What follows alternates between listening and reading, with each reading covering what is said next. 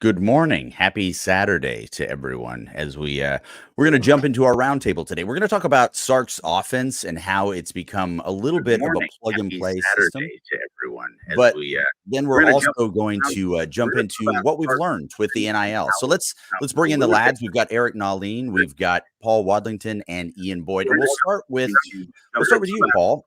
With the NIL. So let's bring in the lads. We've got Eric. When you are looking at this system, when you're looking at the players that we've lost and the players that we've LC, you have a really bad echo, buddy. I can't even hear you. Okay, great. So let's do this. Let's have you start with what's going on with our players, and I will fix that. We've got some new players coming in. Can you hear that at all? You're much better, yeah. Great. But I didn't hear anything you said. Did anyone else? No. Absolutely. I think I can take it from here. I'm just kidding. I didn't hear anything either. Okay. Eric, you're up. Next man. Welcome, everybody. Okay. Let me bring this in. You're good now. This is better? Yeah, you're fine. Yeah, you're fine now. Great. No idea why simply putting headphones on really helped. Anyway, Here we go.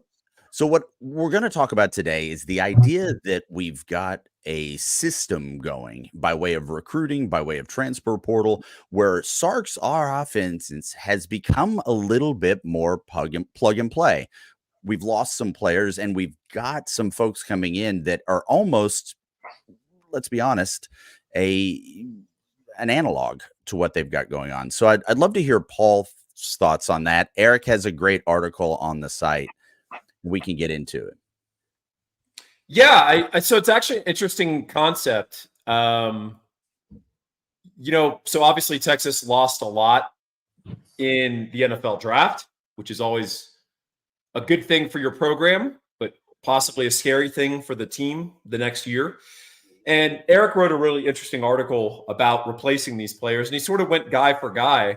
And I think it's accurate. But another way to look at it is one of the great insights of the Moneyball revolution, the analytics revolution in the 90s in baseball, was that you start with the end goal and you actually work backwards in the aggregate.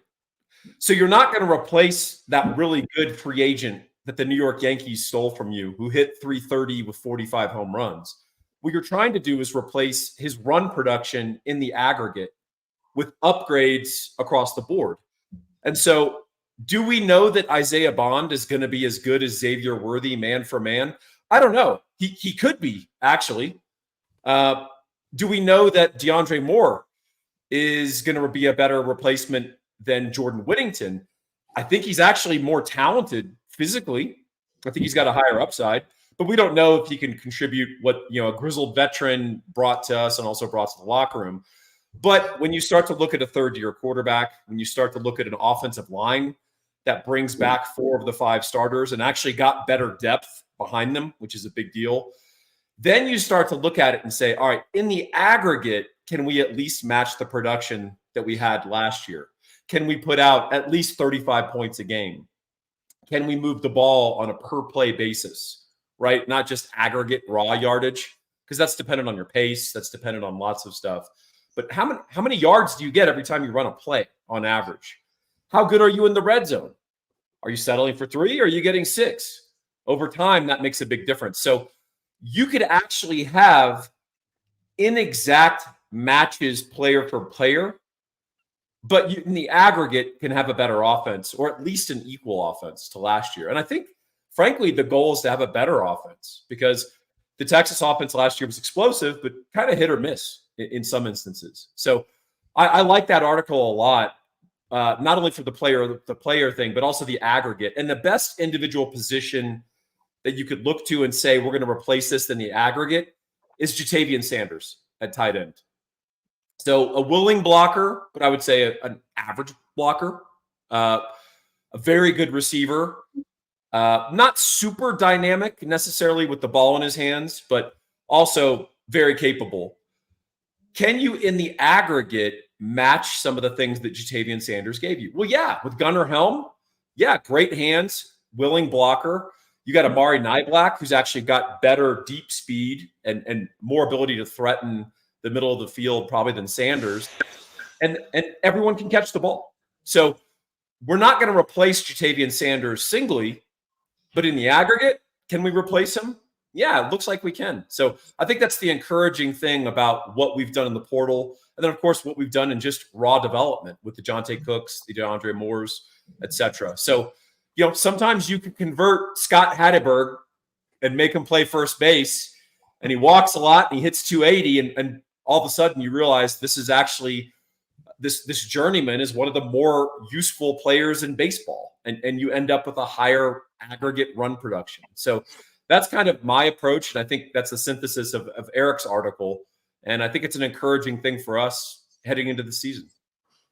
One of the things we discussed, Ian, was the idea that schematically this isn't necessarily a plug and play system.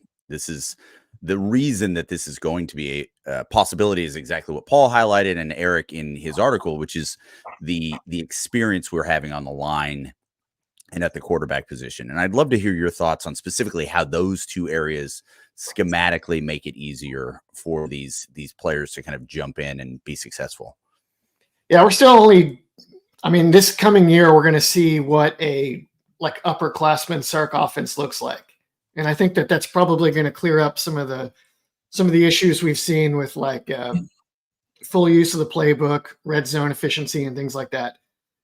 This coming year, you'll see a third-year player at left tackle, and that'll be the youngest guy on the team other than the third-year player at right tackle. You have veterans across the interior line. You have a wave of guys behind them that will be veterans by the time they see the field in 2025 or 2026. You have, fourth year Quinn.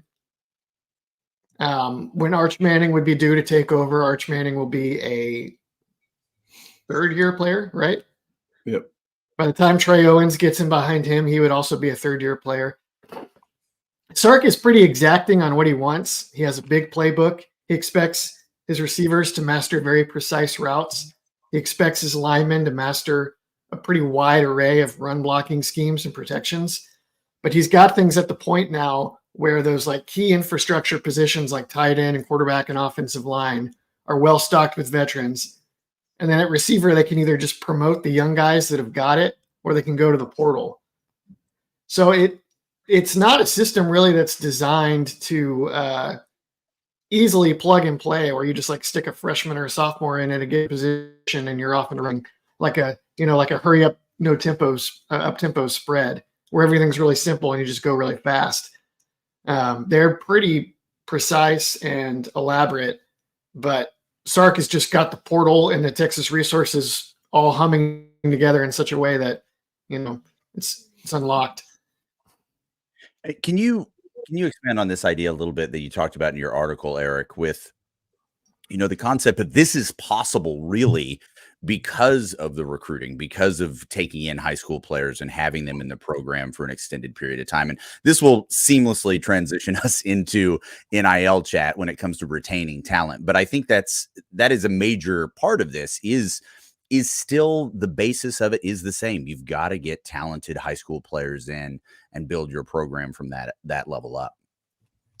Yeah, as Ian mentioned, the portal has been a way for him to sort of bridge talent gaps within the program. The most obvious position has been wide receiver. Xavier Worthy wasn't technically a portal guy, but he's kind of considered that, at least internally. They view him as, hey, we got him in a way we normally wouldn't have been able to get him in the past. Adonai Mitchell was huge. While that 2023 class gets to grow up. Now it's going to test the theory on how quickly some of these freshmen can play with Ryan Wingo, because I think we're going to see him a lot. But that's also the other side of the coin. If you recruit guys that are so talented you can't keep them off the field, that's a good thing as well. So it ties in perfectly with the next conversation. Stark is one of the best at roster management that I think I've ever seen in college football, especially given all the different balls that he has to juggle now. But he's got the program right where he wants it. It was going to take time to build it up to this, but once you get to that point, I do think it becomes a lot easier to reload year over year. Well, before we get into that with the rest of the boys on what we've learned with NIL, I want to talk a little bit about our friend Laura Baker. Now, if you're looking to buy or sell a home in the Central Texas area, I want you to reach out to Laura And the reason we want you to reach out to Laura is the fact that she's, let's be honest, she's family, right? Laura is a UT grad. She's an avid Longhorn fan. She's a member of the board, that InsideTexas.com, which I would love for all of you to join. And she's an elite member of the Andy Allen team with Keller Williams Realty. So if you're thinking about making a move, give her a call today. Her number is 512-784-0505. Again, that's Laura Baker. Her number is 512-784-0505. Let's start with you, Paul. In the world of NIL, in the world of the transfer portal, I think it would be interesting to hear your thoughts and kind of the evolution for you in what you thought this was going to be when you first heard about it to what you've actually learned that it is. And I think it's a good opportunity to go around the board here and really get a sense of what we've learned in this experience. So love to hear your thoughts first, Paul. Yeah, I think we forgot the way NIL actually works now. It used to stand for, it still stands for name, image, likeness. The whole premise of it was that college athletes would be able to pursue effectively marketing and advertising opportunities. And that's sort of what it is, but that's not mostly what it is right now. And the truth is it's a legal way to pay players. Well, I wouldn't even say legal. It's a NCAA approved or somewhat NCAA sanctioned approved way to pay players and get money in their pockets. And it's taken on different forms. I mean, the old bag drop was different in that, NIL is actually a collective or some sort of fundraising arm that's going to pay the players directly, but that may or may not come with actual advertising value or marketing value to a specific company, which was how it was originally sold. That said, it's above board in that it's reported, or it should be. You're going to pay taxes on it, things like that, right? And as Eric has said before, is one of the problems that street agents have with it is that it should go directly to the player. So they're increasingly having to come up with manipulative and interesting ways to insinuate themselves in the recruiting process. And where there's a handler, there is a way, and they still are finding ways to do it, but it's actually harder. So actually, that's a good thing. We're not that far removed from street agents selling prospects for camp visits and basically courting 4 or 5 prospects at $10,000 a pop, renting a big Suburban, buying those guys some sneakers and some fast food and gas, driving to, I don't know, I'll just pick a random school, Auburn. And that guy collects $10,000 per recruit delivered to that camp. He nets out about 48 grand after his rental and buying the kids a couple of baubles. And that's probably not getting reported to the IRS. And he just straight up sold those recruits and athletes, and they didn't really get anything for it. So at least NIL is a leveler in that regard. And it's a way to share the incredibly lucrative and profitable world of college football. The negative is NIL can still be used as a disguise for straight up bag dropping. And people say, well, how could that still exist if there's NIL? There's legal ways to do this. Well, when you do something legally, you pay the government, a 3-letter organization, 30% of your money. When you don't do it legally, you get to inflate what you keep by about 30%. And so that's the appeal, and it's still being used as a smokescreen for straight up bag dropping. I think that is happening less and less, particularly with the departure of certain coaches and program, within in-state programs, I'll say.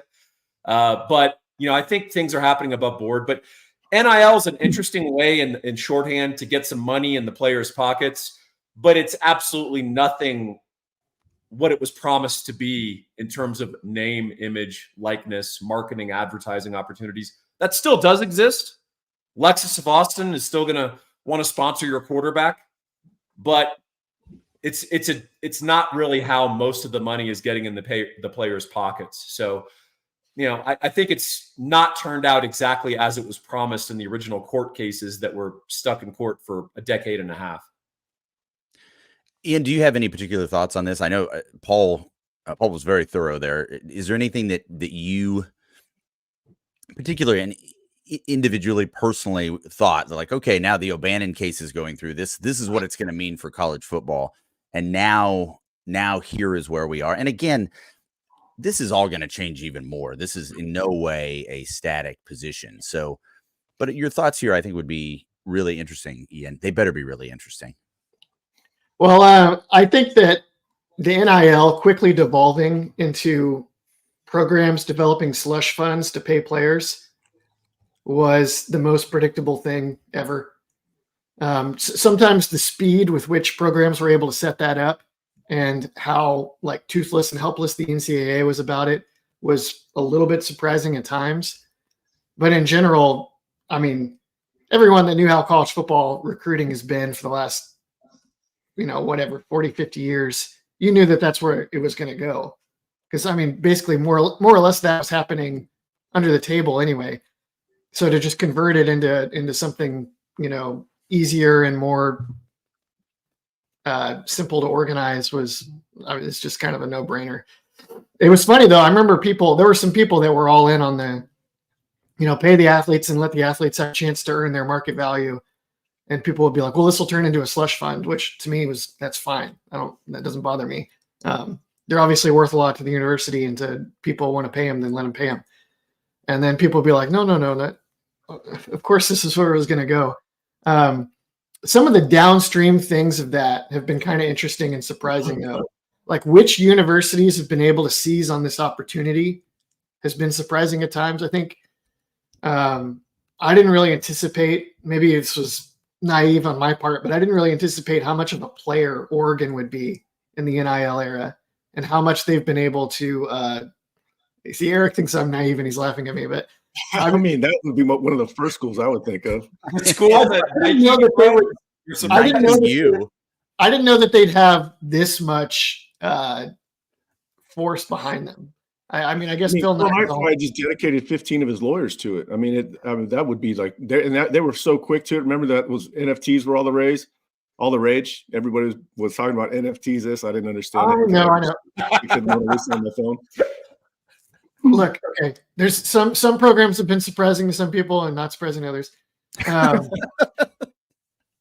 some of the other things like Ole Miss taking kind of an all-in year after Saban retired, and the idea of like maybe some programs are going to push funds and all their chips in for one season, and then combine that with the portal to buy like a really good team one year, but then maybe not maintain it over multiple seasons. There's all sorts of downstream like strategy and organizational pieces to it that were probably always happening behind the scenes a little bit, but now you can kind of see them more transparently and analyze them. And it just gives you a much better picture of different programs and how they operate. So yeah, everybody's making fun of me. I should have picked it. I didn't think Miami was going to do anything. I'm just kidding. These are the obvious. Yeah, we have a school with absolutely zero history of paying players. Yeah. I'm surprised that they got into it when they did. I want to hear Eric's thoughts on this. We are seeing your super chats. We do thank you for that. If you want to have your question answered, please go ahead and throw in the super chat. Ask the questions in the chat. We will be getting to those. But before we do, Eric, this is something that obviously, I mean, you are easily certainly those amongst us and those at InsideTexas.com in the trenches when it comes to this, just in terms of the amount of information and sources flying around. I would be really interested to know, because so much has changed, even in 18 months, how we're approaching this and what's going on. What's the biggest thing that you've learned or didn't expect when this thing started to where we are now? Well, there's quite a few things. NIL, the playoff expansion, and the move to the SEC all came out at the same time, or relatively within a couple months of each other. And I was thinking to myself, man, this really, really could not set up any better for Texas. Like Ian, I was interested to see who would come up with these collectives first, or how quickly they would get moving and off the ground. I think Texas could have moved probably a little quicker. I was a little concerned that maybe they weren't going to use the full resources of the school. But then I realized, when you got the right people in place, like Eltai, Hartzell, Del Conte, mainly Eltai, Hartzell, Steven Sarkisian, I felt like they were going to get it figured out. And they started to get it figured out in December of 2021, when that 2022 class was where they were really lacking. They just went 5-7. Without NIL, I'm not sure that class flourishes the way that it did.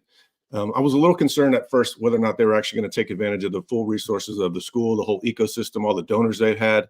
Imagine Mac Brown if Joe Jamil was alive and Mac Brown was the coach. I mean, this would have been, probably would have been at the forefront of it. I didn't realize how destabilizing it was going to be, because I didn't think they were going to pair such a free moving portal with all this money that's being, the carrot and stick out there. That to me, it was almost unfathomable, because then at that point, what's going to happen. If they're going to have just free range portal with NIL out there, that's going to destabilize college football. And that's exactly what it's done to this point. And that's why we're, in the next year or two, it's going to look entirely different. I learned a lot about Steve Sarkisian. I think he is, it's turned out, I think he's the best coach matched to a school in the country. I can't imagine a better coach at Texas than Sark. His program management has been exceptional. I like the way he uses the portal, where Ian mentioned, some schools go all in 1 year. It's kind of a controlled aggression for Sark. He's trying to bridge the gap between raising the talent level within the program, but also still valuing culture. So you got Clemson on one end that doesn't like the portal; it's all culture, and then you've got some other schools like Ole Miss this year, Miami in the past. Certainly, Colorado's at the other end of the school. The opposite end, you got Clemson and Colorado. I think Sark is right where he needs to be on that spectrum. Right now, Texas has it all figured out. They got the right people involved. A lot of people are becoming more aware. It's gained more credibility and legitimacy. I think that probably took a little bit longer than I anticipated for people to buy into it. The people that can really help fund the whole organization. But it's still evolving. There's a lot of stuff, and Sark and like Paul and I were talking offline. There's still that bagman element that rears its head every once in a while that makes you wonder how Texas ever got anything done back in the day, recruiting wise. This is a good transition. Our friend Brett Nelson has a question, and obviously one of the key elements that we've been looking for, both in the portal and trying to enhance this run, as it were, is on the defensive tackle position. So Brett's question is should we expect the D-line to be as good, even with the drop off at defensive tackle? There's been some talk amongst some folks that the reason we're going for extra defensive linemen is to make them rotational, to bring them in, to give those top players a little bit more of a rest and add some depth. Obviously, edge is going to be fantastic, but I would love to hear from the three of you. What should we expect from the D-line? And once again, thank you, Brett, for that. We're going to get to everybody's question as much as we can, but let's start with you here, Ian. In terms of defensive line play, what should we expect with the drop off at defensive tackle? I think you're going to see a lower floor and a higher ceiling at the same time, because having two defensive tackles that would be drafted in the first few rounds of the NFL meant that no one could run the ball in Texas last year. And so that just made it extremely hard for Texas to blow games in the regular season or be particularly vulnerable to the full slate of games. But they were also pretty poor at rushing the passer with a base pass rush. And that reared its head in spectacular fashion, trying to hold on to leads against teams that would fling the ball around and to beat Washington in the playoffs. So I think a significantly improved pass rush gives Texas a chance to be a lot better in the biggest games like Oklahoma or any SEC championship or postseason matchups they get, where the pass defense matters more.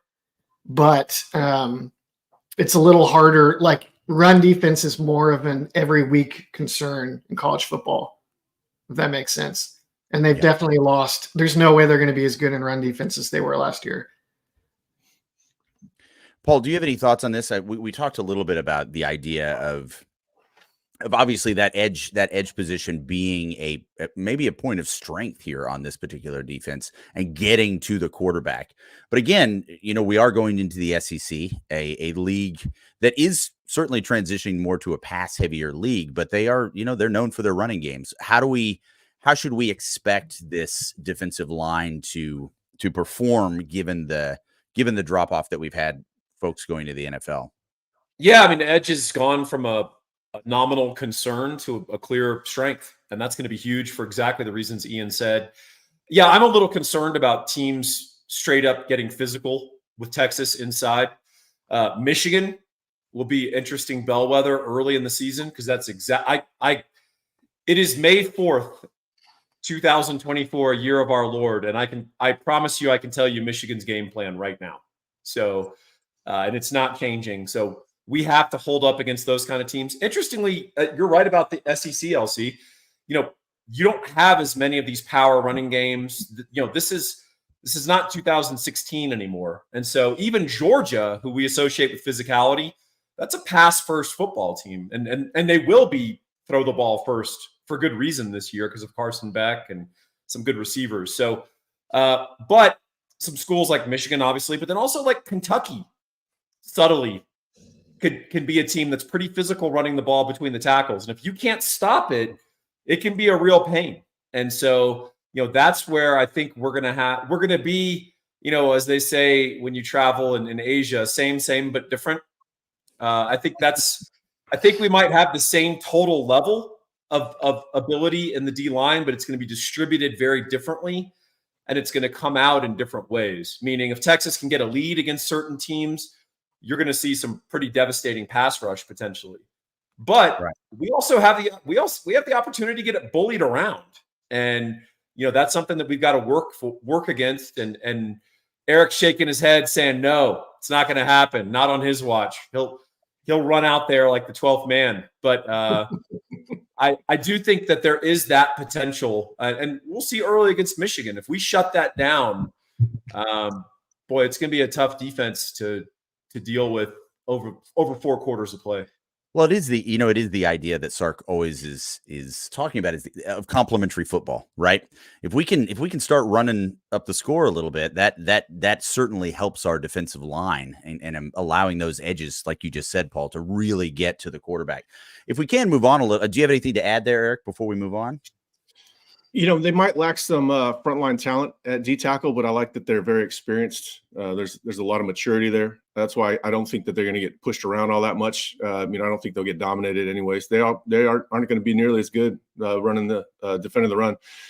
But one of the themes of all offseason is it's going to be incumbent on the coaches to scheme them right, and that's going to be the big question for me. But I do like the fact that they're at least experienced and physically mature up the middle. And Norton was a much bigger get than I think people realize. And they will just, last year they would defend the run from too high and shut people down. And next year they'll just put Taff or Derek Williams or whoever in the box as needed, especially against Michigan. Like that whole game against Michigan is going to be Michigan's coaching staff figuring out how do we get 2 or 3 big passing plays so Texas doesn't just sit on our run game for 4 hours. Right. Can Aaron Brown add more good weight? We'll throw this over to you to start with, Eric. Aaron Bryant. I don't know that he needs to add more good weight. It's you got to be able to move. Just stacking weight on people can have diminishing returns. He's known for his run stopping. He's never going to be a great pass rusher, but the bigger he gets, the less he's going to even offer you then on the other side of the line of scrimmage. We'll see this year. I think he's probably going to be the 3rd D tackle or nose tackle, I should say. But I don't know that he needs to add weight. Well, moving over, we've got our friend UT Boy, John Tay's publicist. He's asking, John Tay may not be as gifted athletically as some others. However, he's going to shine. Hide and watch.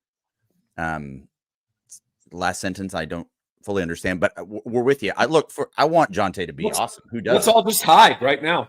I like the idea of that. Great. Well, we thank you all again for these super chats. If you have any questions, go ahead and throw them in. We are moving through this. Okay, so we've got our portal closed. We've got the opportunity now. We've seen kind of the big pieces on the defensive tackle start to settle in with their respective teams. Eric, what are the areas moving forward that we should be watching as fans just to keep our eye out for with transfer players? I know we've had a cornerback on campus recently. I know that we've got some defensive backs that are in play, but what are the things that as an expert, the fans could be watching for to see where we're moving with this?